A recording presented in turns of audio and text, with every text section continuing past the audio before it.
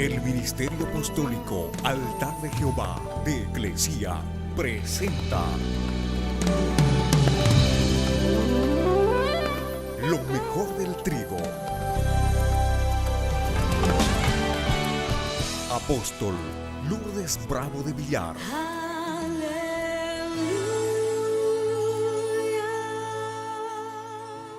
Nuestra conferencia titula hoy ¿Por qué padecen los cristianos? Primera de Pedro 2:21 dice: para esto fueron llamados, a padecer, a soportar, porque también Cristo padeció, sufrió por nosotros, dejando ejemplo para que sigamos sus pisadas. Toda transgresión, pecado o delito merece un castigo, porque la justicia exige, requiere, proclama que el transgresor, el desobediente, el pecador pague por su maldad. ¿Cuánto más justo no será Dios, que ha establecido un día en el cual castigará, sancionará toda mala obra? Si no lo cree, fíjese en Hechos capítulo 17, 31. Por cuanto ha establecido un día en el cual juzgará al mundo con justicia. Van a fijarse en la palabra ahora. Una de las preguntas más solicitadas de la humanidad es precisamente ¿por qué sufren los cristianos? Primera de Pedro 2:21 habla del sufrimiento de los cristianos porque el apóstol Pedro aprendió de su maestro y también su misma vida. Él mostró el significado de la aflicción, la angustia, el desconsuelo de aquellas personas que viven correctamente y sin embargo sufren. Hay categorías de aflicción. La primera es por razón de la justicia y esa es para acercarnos al reino de Dios. Aquí en la cárcel un día llegamos y decía: bienaventurados los que sufren por la justicia. Ese era un texto mal aplicado. Ellos no están encerrados por la justicia, sino por transgresores de la palabra. Entonces, hay gente que sufre por la justicia y tiene que entrar preso, y eso precisamente es para acercarlos al reino de Dios. Cuando una persona entra a la cárcel es soberbio. A medida que va pasando el tiempo ahí, comienza a pensar, comienza a recapacitar. Unos entran y salen iguales, pero otros entran y salen diferentes. 2. Otro sufrimiento es por causa de nosotros mismos. Es la cosecha de nuestra siembra. La Escritura dice que todo lo que el hombre siembre, eso va a cosechar. Entonces, la gente sufre por malas elecciones, por malas decisiones, y esa es la consecuencia de lo que hemos sembrado. Y la tercera es por causa de la justicia de Cristo, es decir, por causa de tu fe en Jesucristo. Pero cualquiera que sea la causa de tu sufrimiento, Dios tiene algún propósito para que experimentes y para entrenarte en el sufrimiento. ¿Por qué? Porque ya leímos en Primera de Pedro 2:21 que para esto fuimos llamados, fuimos convocados para sufrir, porque Cristo padeció, soportó, sufrió por nosotros, dejando ejemplo para que sigamos sus pisadas. Primera de Pedro 2:19 dice, esto merece aprobación. Si alguno delante de la conciencia, delante de Dios, sufre molestias padeciendo injustamente. Y Filipenses 1:29 dice, a ustedes les es concedido a causa de Cristo no solo que crean en Él, sino también que padezcan por Él. Entonces, primer punto, ¿cómo deben ver los cristianos el sufrimiento que otros le causan? Mateo 5:10. Bienaventurados, dice, los que padecen persecución por causa de la justicia, porque de ellos es el reino de los cielos. ¿Cuál es esta? ¿La primera, la segunda o la tercera? La tercera. Ejemplo, Esteban, el diácono. La Biblia explica en forma bien amplia y clara el porqué del sufrimiento de los cristianos, entre tanto que vivamos en este siglo malo, porque la mayoría de la aflicción es causada por la fuerte y poderosa influencia de Satanás sobre la gente y sus ideas y sus actitudes. Poco antes de la crucifixión, Jesús reveló a sus discípulos cuál era la causa, el origen, el principio del sufrimiento. Juan 15, verso 19. Ahí explica claramente, si fueran del mundo, el mundo los amaría. Porque el mundo ama lo que es suyo. Pero como no son del mundo, antes, más bien, yo los elegí del mundo. Por eso el mundo los aborrece. Si me han perseguido a mí, también a ustedes los van a perseguir. Y si han guardado mi palabra, también van a guardar la palabra de ustedes. Entonces, Pablo, refiriéndose a lo mismo, lo escribió en 2 de Timoteo capítulo 3, verso 12. Todos los que quieran vivir piadosamente en Cristo Jesús padecerán persecución.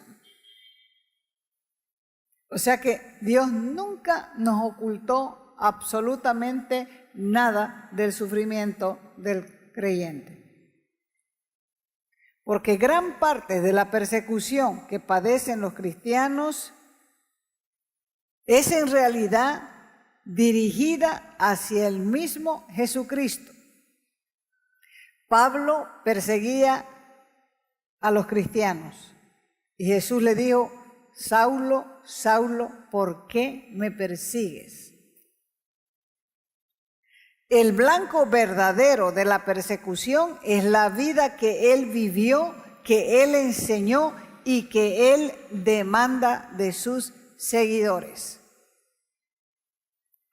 El apóstol Pedro lo explicó así, en 1 de Pedro, capítulo 4, del verso 12 y 13. Dice, amados, no se sorprendan del fuego de prueba que les ha sobrevenido. ¿Ustedes están pensando que esto es algo extraño? ¿Lo que les está aconteciendo, lo que les está sucediendo? No es extraño, más bien gócense por cuanto son participantes, quiere decir copartícipe de los padecimientos, de los sufrimientos, de las torturas de Cristo, para que también en la revelación, en la manifestación de su gloria, ustedes se deleiten con gran alegría. Segundo, ¿Se puede decir que los justos siempre han padecido sufrimientos en su servicio a Dios? Santiago 5:10, hermanos míos, tomen como ejemplo de aflicción y de paciencia a los profetas que hablaron en el nombre del Señor Jesús. Todos los profetas de Dios padecieron por causa de su fidelidad a Él. Algunos sobrevivieron, otros en cambio dieron sus vidas. Ejemplo, Daniel fue arrojado al foso de los leones por causa de su fe, porque no podían encontrar otra cosa de qué acusarle. Así que lo acusaron injustamente por causa de su fe. Otro ejemplo, David frecuentemente clamaba a Dios para que lo librara de sus enemigos. Él tenía una gran confianza en el Señor, sabía que la voluntad de Dios era rescatar a sus siervos.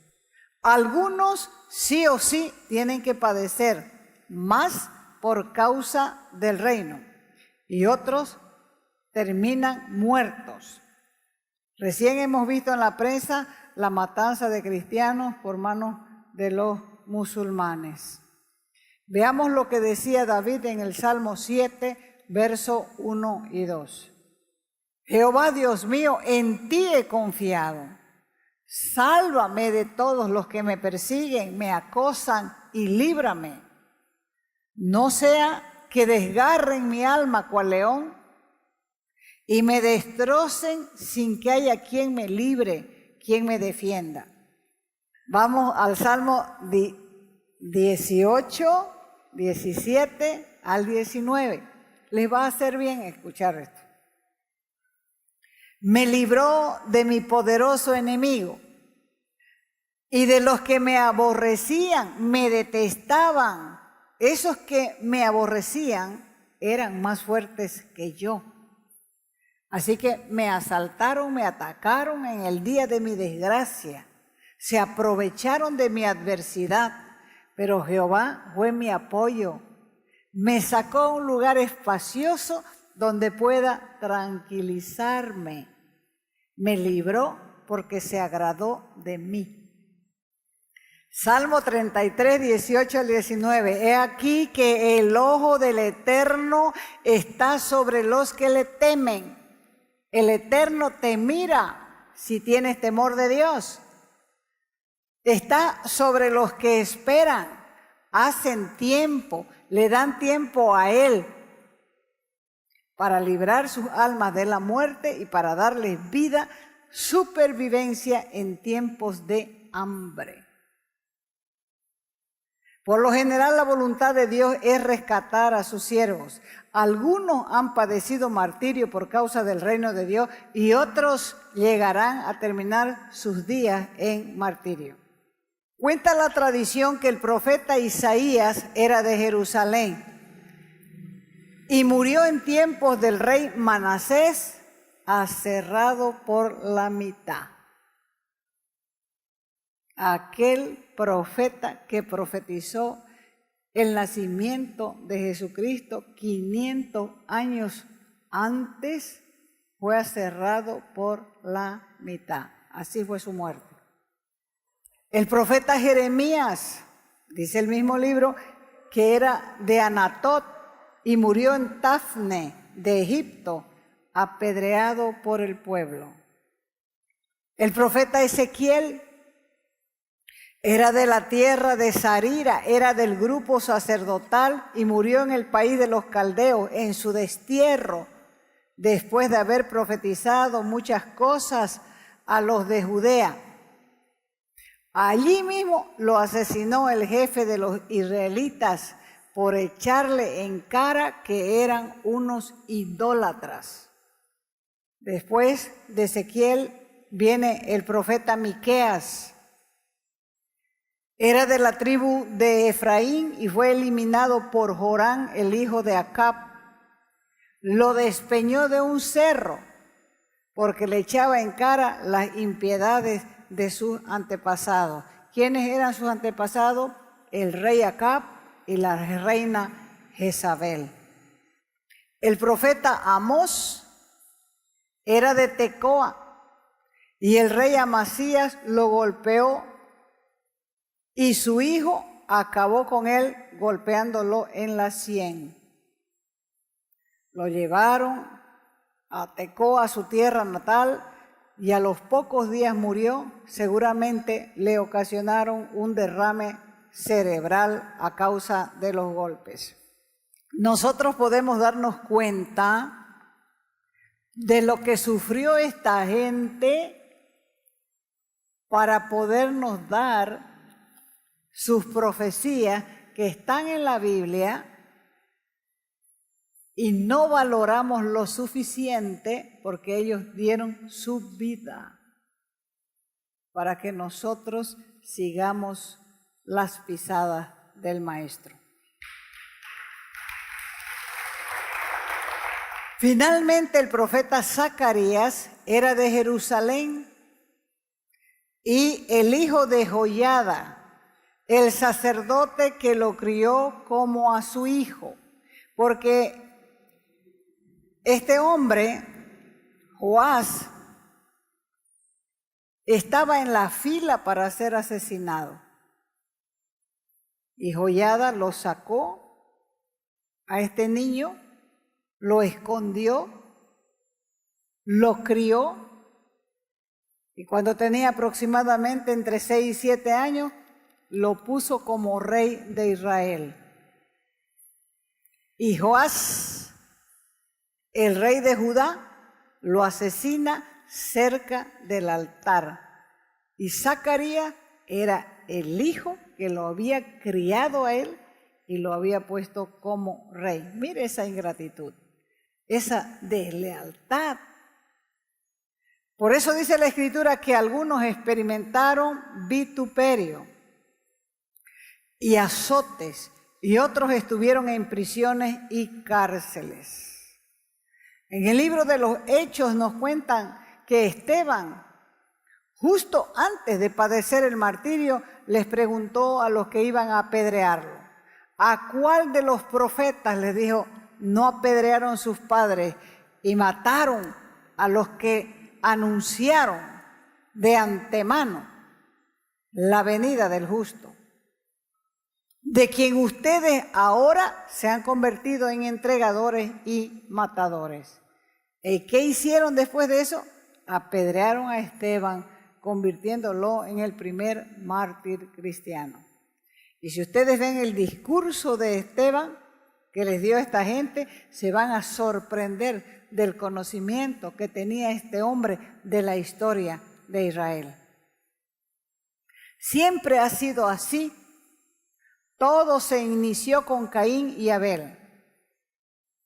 Por eso dice la Escritura en 1 de Juan 3, 11 y 12, porque este es el mensaje que han oído desde el principio, no como Caín, que era del maligno, de Satanás, y mató a su hermano. ¿Y por qué causa lo mató? Porque sus obras eran malas y las de su hermano justas.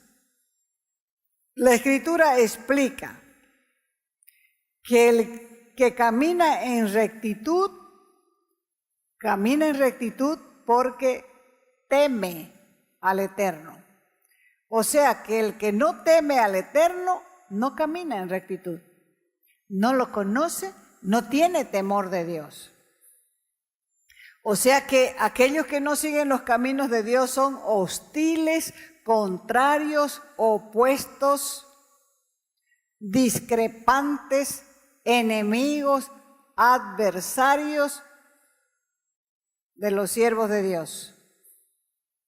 Los tratan con desprecio y los tratan con enojo. ¿Por qué? Porque una persona que camina en santidad y en temor de Dios es como si le esté refregando al otro su mala conducta. Primera de Pedro 4:4. El apóstol Pedro describe esta relación y esta diferencia. Dice, a estos, a los que andan mal, les parece cosa extraña, rara, anormal, increíble que ustedes no corran, caminen, transiten en el mismo camino con ellos, que estén en el mismo desenfreno, libertinaje, desvergüenza, de disolución, y los ultrajan y los insultan y los injurian. 3. ¿A cuál de los apóstoles se les reveló que su ministerio estaría lleno de sufrimiento? Hechos 9:11.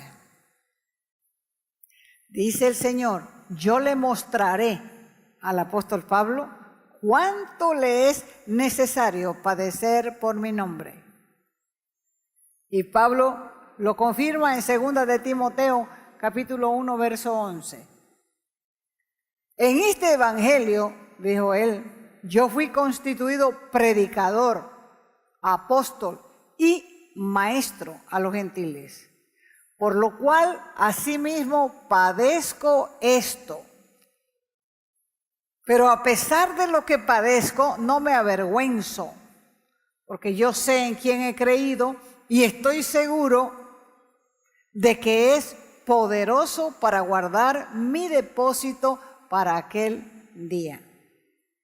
Pero sin duda la gente decía, ¿pero qué pasa con este hombre? ¿Por qué sufre tanto? Si está predicando la justicia, está predicando el evangelio. Cuando Dios llamó a Pablo, este se convirtió y Dios le reveló que su servicio a Cristo sería con sufrimiento. Así que los padecimientos de Pablo estuvieron directamente relacionados con el propósito de su llamamiento. El Señor Jesús comisionó a Pablo para que fuera a los gentiles. ¿Qué iba a hacer con los gentiles? Hechos 26:18. Le dijo a Pablo, para que abras sus ojos. Si los ojos espirituales no son abiertos, nosotros podemos vivir 80 años ciegos a lo espiritual. Cuando los ojos espirituales son abiertos, se convierten de las tinieblas a la luz y del poder de Satanás, de la autoridad de Satanás a Dios, para que reciban por la fe que es en mí. ¿Qué van a recibir? Perdón de pecados y herencia entre los santificados. El llamado de Pablo era para predicar a los gentiles, para abrirles sus ojos espirituales, para que ellos se conviertan. Vivían en las tinieblas, vivían sin Dios y ellos tenían que entrar a la luz. Esa misión de Pablo atrajo una oposición intensa y también persecución. Vamos al cuarto número. ¿Qué clase de sufrimiento tuvo que enfrentar el apóstol Pablo? Pablo lo dijo en 2 de Corintios, capítulo 11, del 25 adelante. Es una lista extensa. Él dijo, 3 veces he sido azotado, flagelado con varas, con palo. O sea que le dieron una paliza 3 veces.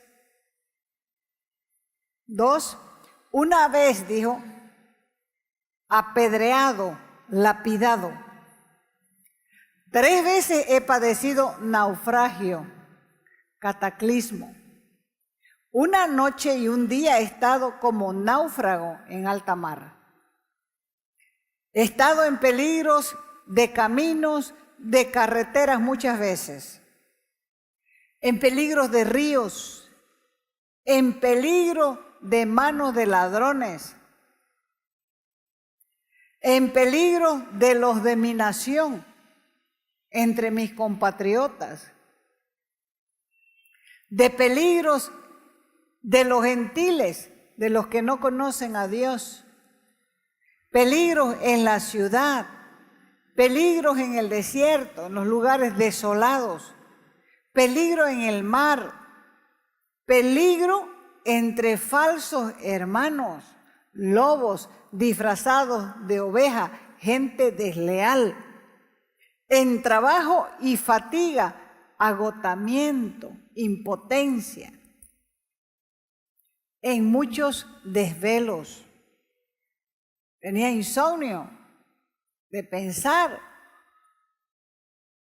hambre y sed, en muchos ayunos, en frío, en desnudez, en necesidad, en escasez. Y además de todo este detalle o de esta gran cantidad de aflicciones, la preocupación, la ansiedad, la tristeza por todas las iglesias, por todas las misiones que él había levantado, todas las iglesias que él mismo había levantado. 5. ¿Cómo afectó la persecución a la reputación de Pablo?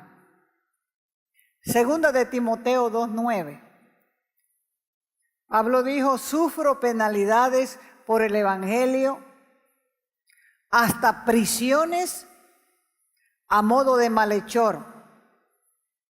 Pero la palabra de Dios no está presa. Así que Pablo trabajó bajo sospechas. O sea que la gente venía a curiosear qué era lo que predicaba Pablo. Y de ahí salía y hacía falsas acusaciones. Lo espiaban, se acercaban a él falsos hermanos y después salían a desprestigiarlo. La mayoría de los líderes judíos lo consideraban un traidor. Y en ocasiones los romanos no sabían cómo tratarlo porque Pablo era ciudadano romano por nacimiento. Así que lo trataban como alguien que alborotaba a la gente, como un anarquista, como un criminal, y finalmente este hombre murió por lo que creía. Si ustedes leen las cartas de Pablo, van a aprender a valorarlo a este hombre. Pablo conocía perfectamente su llamamiento, porque Dios lo había llamado para eso. Yo le he mostrado, le dijo a Ananías, cuánto va a sufrir por causa de mi nombre. Así que cuando Pablo sufría, no se quejaba, glorificaba a Dios. Dios nos ha llamado a todos a cambiar de vida, a hacer luz.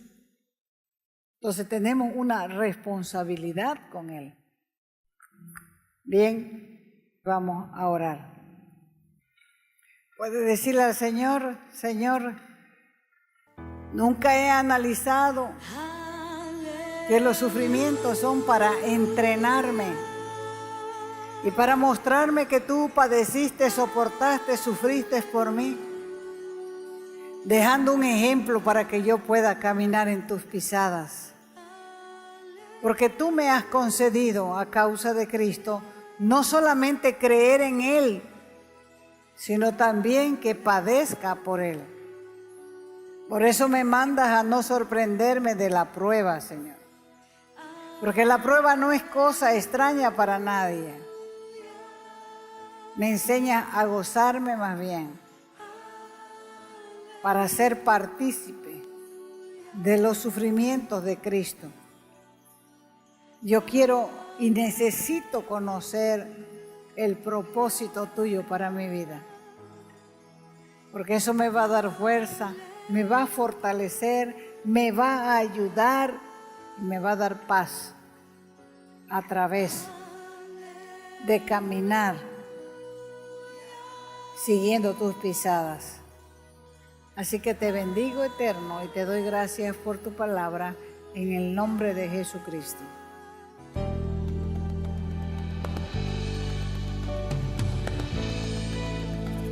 Te invitamos a nuestras conferencias los días viernes, sábados y domingos a las 20 horas y el domingo a las 10 de la mañana. Calle Nicolás Suárez, esquina Félix Pinto,